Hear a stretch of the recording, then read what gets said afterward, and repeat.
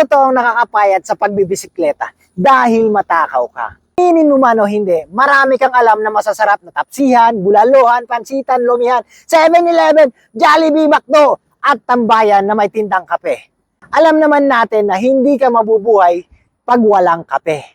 Ito ang aking kwento. May tropa akong nagbibisikleta din.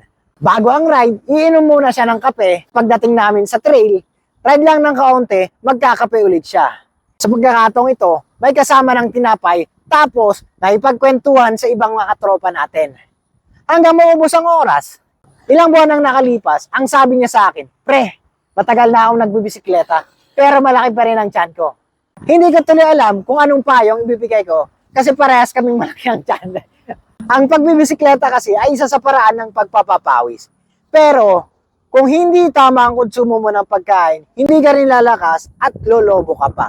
Hindi naman masamang kumain ng matimis gaya nitong ice cream na ito, huwag mo lang sobrahan.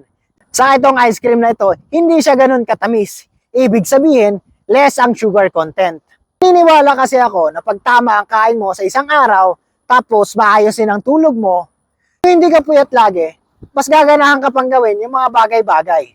Kaya ako sinasabi sa inyo to, dahil ito rin ang advice ko sa sarili ko ngayon.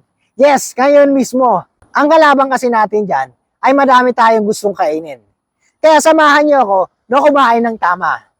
Kung gusto niyo rin matikman itong ice cream na ito, punta lang kayo sa mga tindahan namin.